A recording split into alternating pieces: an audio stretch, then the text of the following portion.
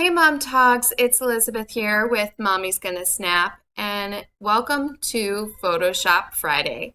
Today we're going to be talking about the Curves tool, and just a little disclaimer, if you have Photoshop elements or you're thinking about purchasing Photoshop elements, the Curves tool is not available in Photoshop elements. This is one of the main reasons that I recommend that if you are seriously considering purchasing Photoshop and you're seriously thinking that you're going to really spend time and you want to learn it, that you do not purchase Elements. Go ahead and get the subscription to CC. It's only $10 a month. You can get it sometimes on sale for you can purchase a whole year for like 80 bucks. I know Black Friday, there's a couple places that you can get a full year subscription for 80 bucks, which makes it a little bit more affordable for the entire year. But it's really worth it, and they're updating it quite often. So I would go ahead and do that. You definitely want to have the Curves tool. The reason is that the Curves tool is really the most powerful and versatile Photoshop tool for adjusting tones. It's used to brighten, it's used to darken. You can add contrast and shift color with it. You can edit an entire photo using only curves. It's that amazing. And all it takes is just a little bit of time experimenting with it, and you're going to quickly become familiar with it, and it's going to quickly become your go-to tool for tonal tweaking. Curves is often the first thing that I utilize in my own personal workflow. Curves is applied to a photo. We're going to be working on this one here of my daughter Skylar. I love this picture. I love the expression on her face. So, sorry, my nose is bothering me today. We apply this as a layer, new adjustment layer, curves. And the great thing about this is it's going to be non-destructive. And what I mean by that is anything we do to this is not going to affect our background. So if I pull this up, I'm just pulling a point up on this little line here. All I did was click and drag. If I cut this off, you can see it has not affected the background layer at all, which is great. And if we decide that we don't like this, we can just go over here and click the little trash button and delete it. And there we go. We're back to our original image. If you're just learning, and even if you already have been learning and are familiar with Photoshop, I always recommend that you keep your editing as non-destructive as possible. Always build on top of your background layer, and only flatten your image if you are sure that you are happy with it and you have double checked that you haven't missed anything. Because I know that I have missed a spot or two and realized it after I was done and had to start all over. And if you're going to be spending a lengthy amount of time editing photos, that can be really disheartening and super annoying. Several cuss words have been said with that having happened to me before. All right, so let's dive in and start talking about the nitty-gritty of curves. Start getting familiar with this really powerful tool. So one of the first things that I like to do with curves is I like to play with these sliders down here. Now what this represents, you have a little gray triangle right here. This represents the shadows, and this represents the highlights. So if I slide this, you can see how it is affecting the shadows of the photo. And if I slide this to the left, you can see how it's affecting the highlights of the photo. Now, the way that we use this is really to define the tonal range of the photo. And the reason that you want to do this is because digital photographs have a tendency to be a little flat, especially if we underexpose them a little bit so that we have full control over all of our editing like I've done here. It's just my preference to have that couple notches down on the light meter underexposed. I feel like it gives me more control over my edit. So what I do is I click Alt on my keyboard, and then I'm going to click on the little gray triangle. We're going to work with the shadows first. Now what you're looking for here is that you want to see just a little bit of black starting to appear in the photo. And because this is already slightly underexposed, we have already got that going on in this photo. So the blacks and the shadows are perfect in this image. Now I'm going to come over here, I'm going to do the same thing with the highlights. And I can already tell you that we are not going to be seeing any pure white. I'm going to click on this and yep, just as I guessed, we've got nothing. So I'm going to slide this over until we just start to see a couple of spots appear. And there we've got a couple there. And might back that off just a little bit. So we've got a couple spots of white now. Now I don't want to overdo this by any means because then we're going to look like we have completely overexposed this photograph. I think this is going to be good, and I'm going to just click off, and there we go. We have brought in some beautiful highlights to this photo, and it's brightened it up very nicely. And if I click this off, this little eyeball here, it's really going to show you what we've done here. Now, often what I like to do with this, especially with this photo, I'm going to go ahead and do it, is I'm going to make my brush bigger here. You can do this by coming up here and messing with the slider, or you can do this by using the bracket keys on your keyboard. That's a cool little trick there. So I'm going to use a brush about this size. I'm going to set the opacity of my brush to around 50%, the flows around 50%, and I'm going to make my brush black. And what I'm going to do is I'm just going to brush this onto these edges over here. And then I'm going to come and I'm going to do the same thing over here, just around the edges like this. And this is going to create just a little bit of a slight vignette effect, which is really going to make the focus more on our subject. And that is really key to a powerful and impactful photograph, is having your subject really pop in the image.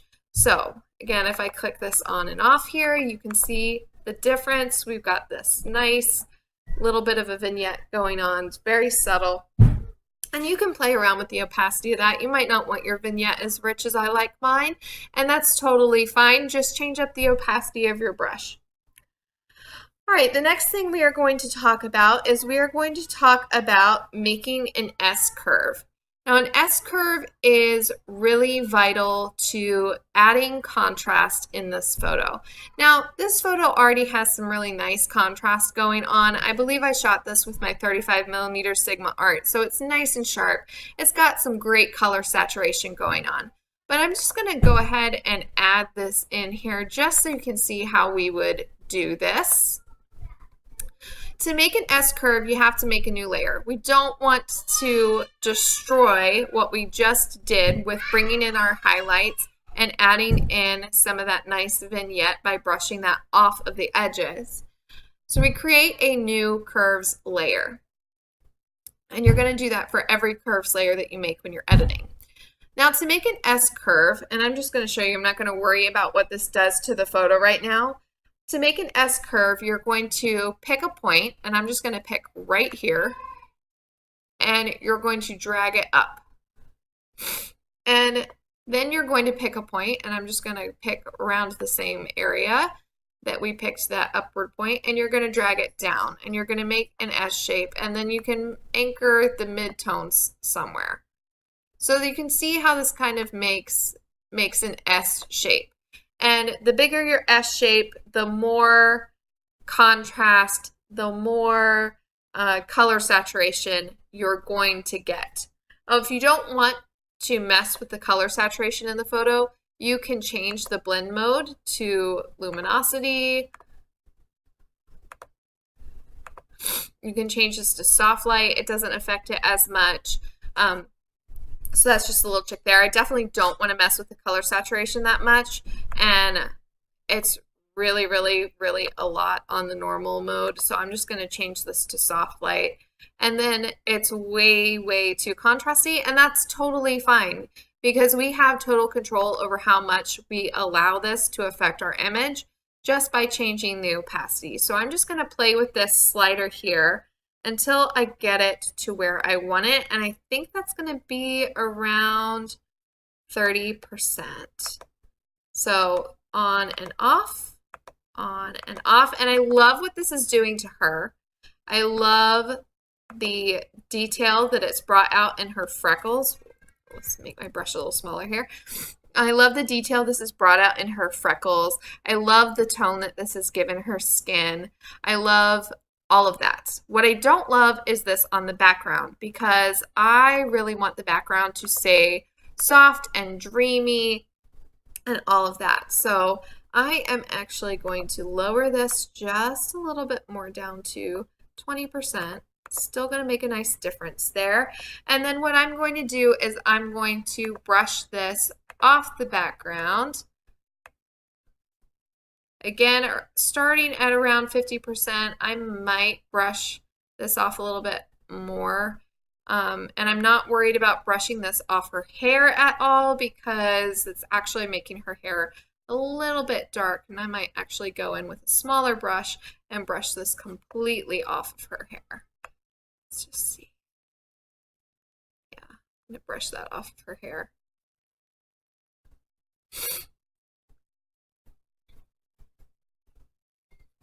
So you can do it this way or you can invert the layer mask.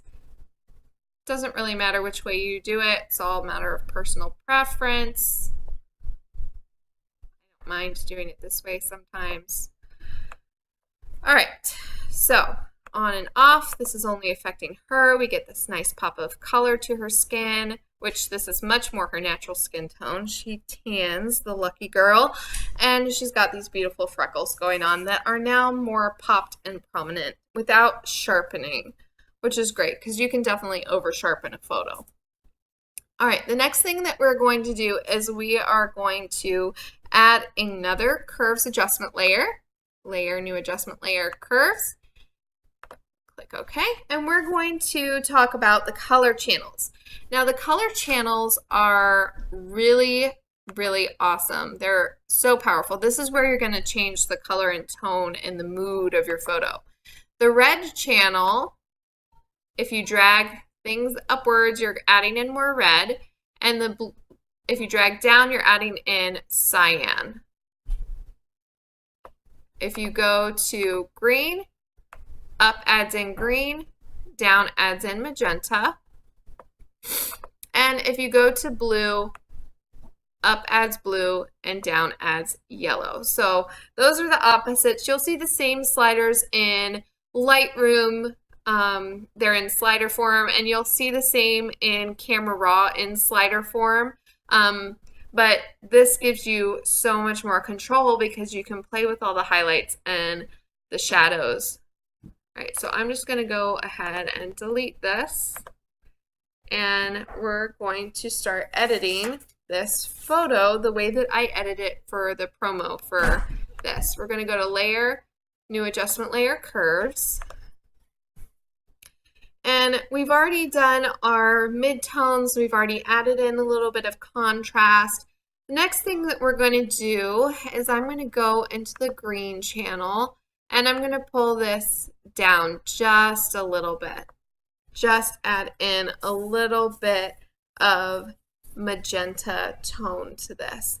And I'm going to brush this off of Skylar at 50% so that it doesn't mess with her skin tone too much. And her hair too. Brush this off her hand. Okay. Next thing I'm going to do is I'm going to go to Layer, New Adjustment Layer, Curves, and I'm going to select the blue channel, and I'm going to bring the blues up just a little bit, like that. just a little bit, just a touch. And again, I'm going to brush this off of her at 50%. Well, the reason you don't do 100% is because then your subject isn't going to blend into the background that you're adjusting, and it's not going to look right. You still want her to look like she belongs in the photo and that she belongs in that scene. Just a little bit on her hair. Okay. Now I'm really happy with the lavender sort of tones in here. I brought in magenta by dragging the greens down, and I brought in some blue by dragging the blues up a little bit, and it gives this sort of lavender purple tone to this. And it's gorgeous. I absolutely love this a lot. And what I could do to finish this off is add in layer, new fill layer, solid color, soft light, and I'm going to set, this is that peachy skin tone color that I like to use. It's F8B6AB. I'm going to click OK.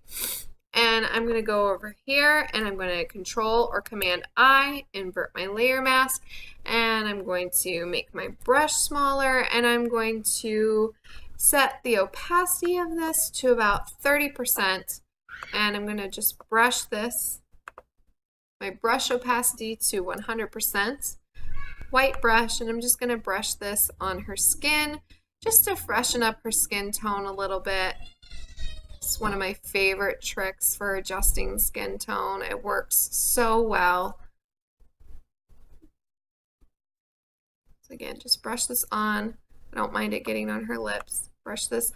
Again, you want to make sure that you get the shadowed areas because you're adjusting the whole skin tone, and if you leave off the shadowed areas, it's going to look funky.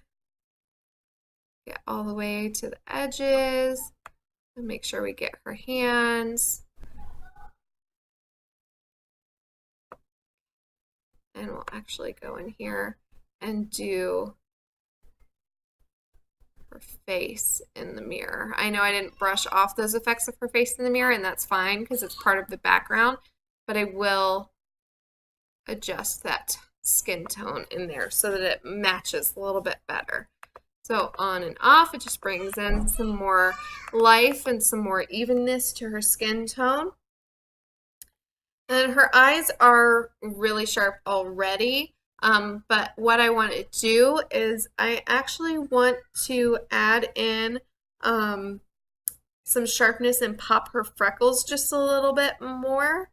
And I want to soften her skin a little bit as well. And I want to soften the background and make this a little bit dreamier. So what I'm going to do is I'm going to go to layer, and I'm happy with everything I've done. Okay, so that's the only reason that I'm doing this. I'm happy with everything I've done. I'm going to go to layer, flatten the image. Now the reason that I have to do this is because I need to manipulate this group here. I'm going to layer, duplicate layer, and I'm going to go to filter, and I'm going to go to other, high pass filter, and I'm just going to set this to 10 pixels. I'm going to click OK. Go down here and I'm going to change this to soft light mode, and I'm going to add a layer mask. If I click this on and off, you'll see that this affects the sharpness of the image. Now I'm going to invert the layer mask by using Control or Command I, and then that will allow me to brush this on to my subject. So I'm going to use a small brush, and I'm going to sharpen her eyes a little bit, and I'm going to sharpen around the edges of her nose, this line right here. I'm going to sharpen her lips a little bit, and then I'm going to make my brush a little bit bigger. I'm going to change the opacity of my brush to 50%, and I'm going to run this over her freckles, just like that, so that they pop a little bit more. Now I'm going to go over here, and I'm going to right click and select duplicate layer, and now I'm going to go up here and I'm going to click other high pass filter, 10 pixels, and I'm going to click Control I to invert the high pass, and this is going to add softness. I'm going to click Soft Light Layer, add a layer mask, Controller Command I, and with a soft white brush at 100% opacity, I'm going to brush this onto her skin. And I'm going to avoid where I did the freckle enhancement. Just the tip of her nose there.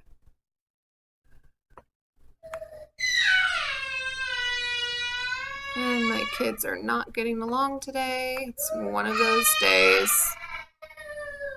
Okay. All right, so now if I click this on and off, you'll see there's just a nice subtle softness going on there. That's nice. Just makes her skin look really youthful, just like it does in real life, because we don't see all this super duper sharp detail.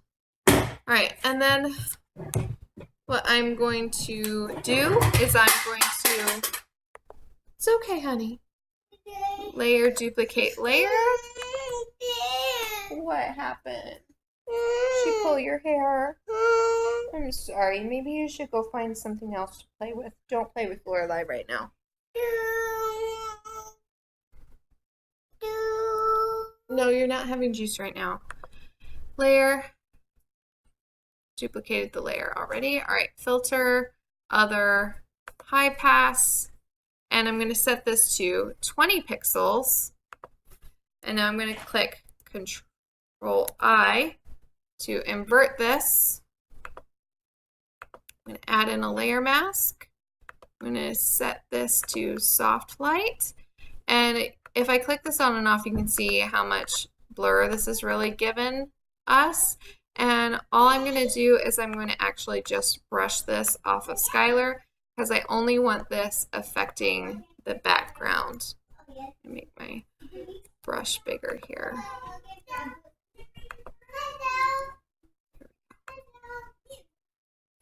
Brush this off. Brush this off of her all the way.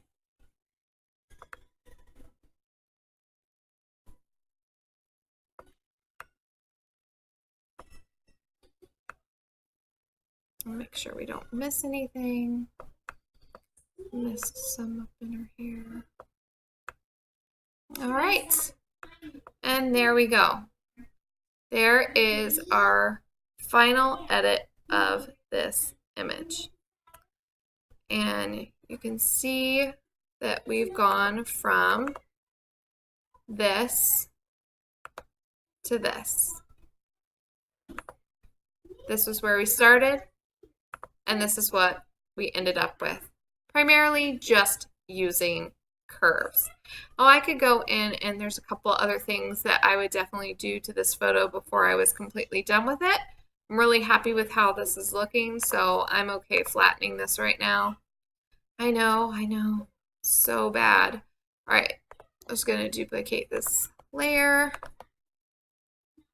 And I'm going to do some dodging and burning. Now this is a great way to bring in some more life and pop on the skin, and I just keep this I'm affecting my mid-tone range because I'm working with her skin, and I've got my exposure set to just 10%.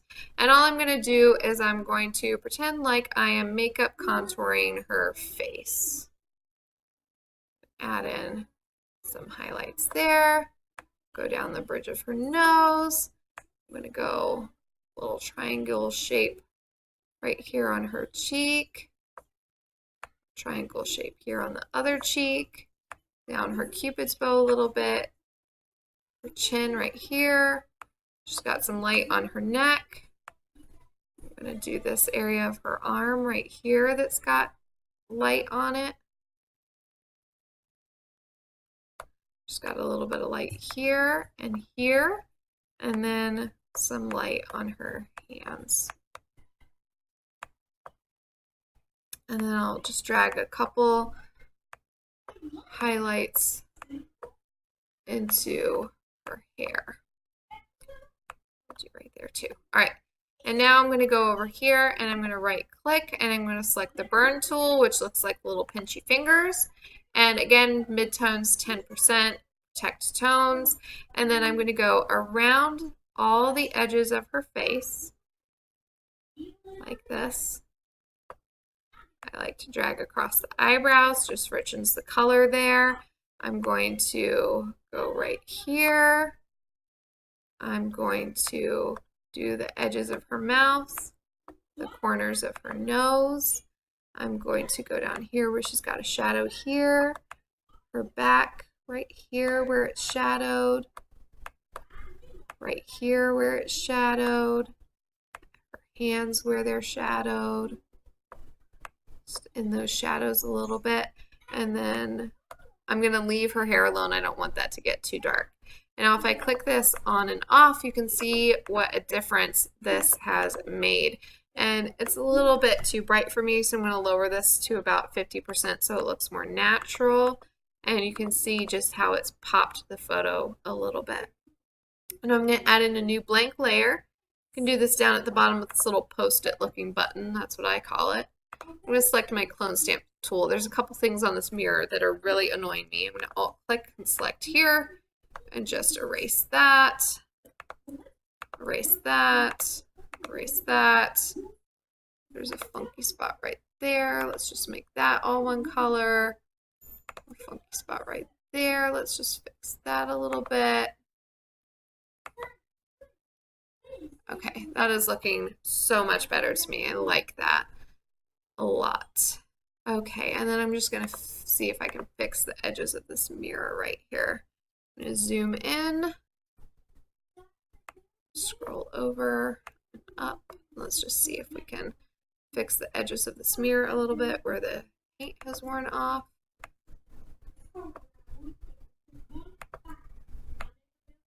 Just fix that just a little bit. Okay, that looks better. That looks a lot better. All right, and on and off with those changes. Looks way better. No distractions going on in the background, and on and off with these changes. Looks really good.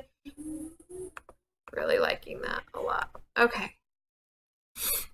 So this is our final image. Really, really, really stunning and pretty, and done mostly with curves. Very, very easy. And the other kind of artistic things that you can try, and I'll just show you this real quick. Go File, Place. Go into my light leaks. These are by KCC. I absolutely love KCC overlays. He does such a great job.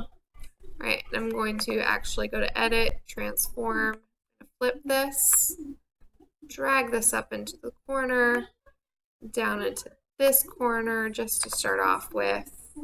And I'm going to click on Soft Light, nope, Screen. If we wanted to add in light, we could definitely add in some dreamy light as well. So there you have it. There's a quick run through of curves, final finishing, and light. I know I was just going to do curves today, but I got carried away, so you guys got a bonus. All right. So I hope you enjoyed this video. If you did, please like, share, subscribe. If you have any questions, please put them in the comments or message me. And if you try this technique out, please share it in the group. I would absolutely love to see what you've done. If you have any questions, suggestions for what you'd like to see in a Photoshop Friday in the future, maybe something you're struggling with or something you've always wanted to learn, please put that in the comments as well. I'd like to make this group exactly what you guys want it to be and meet your needs as much as possible. So I hope you guys have a great Friday and a wonderful weekend. I will see you back on Monday for some Mom Tog motivation. Have a great one, everyone.